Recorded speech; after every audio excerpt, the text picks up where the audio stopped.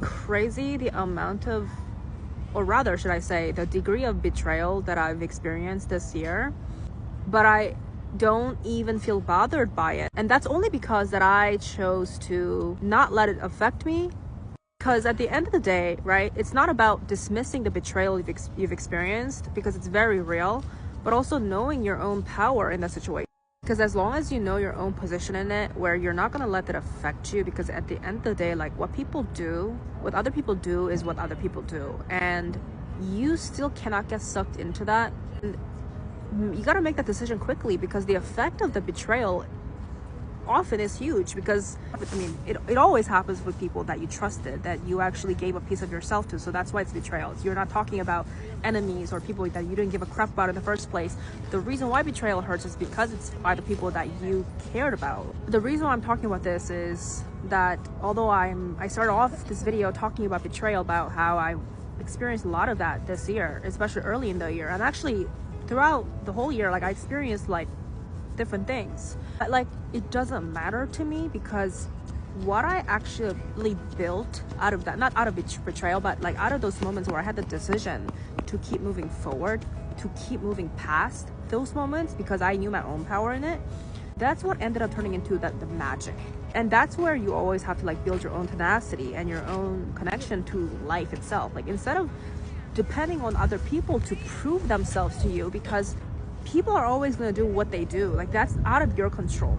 And I'm not saying that you don't get affected by that, but every moment that something happens outside of your plan or outside of your expectation, you got to move past that. Even if it means leaving those people behind, you got to choose what's best for you and what you're creating. This is why I always say that as long as you're always connected to your values and your own vision for life, you're never losing, right? If anything, the people that are doing you wrong or doing this to you, they're the ones that are losing. Because if you know that you're always, your heart's always in the right place, wouldn't you think that you're actually the blessing? Like, you're the blessing, right? But of course, if you're not even connected to yourself, you don't even know this, obviously, then you're gonna get sucked into these moments of like, and blaming on life, blaming on God, blaming on these people, and as if they actually make the operant power, as if they are the ones making executive decisions in your life. Like, you're the one that's gonna get dragged into this because you're not using your operant power in these situations to do something about it, which means move on. When I say do something, I'm not talking about like drag this on and dread it on and dwell on it. Most people dwell on these things, and that's why you get stuck there.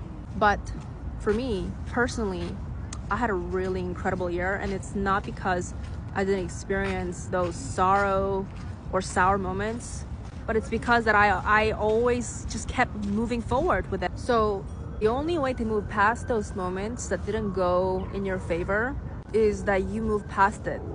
Never lose your own connection to your own power in any circumstances, because no matter what happens, you always have the power. And if you dwell on it, that's your fault. That's your fault. So always remember that. Don't blame on anything. Yes, you're gonna hurt.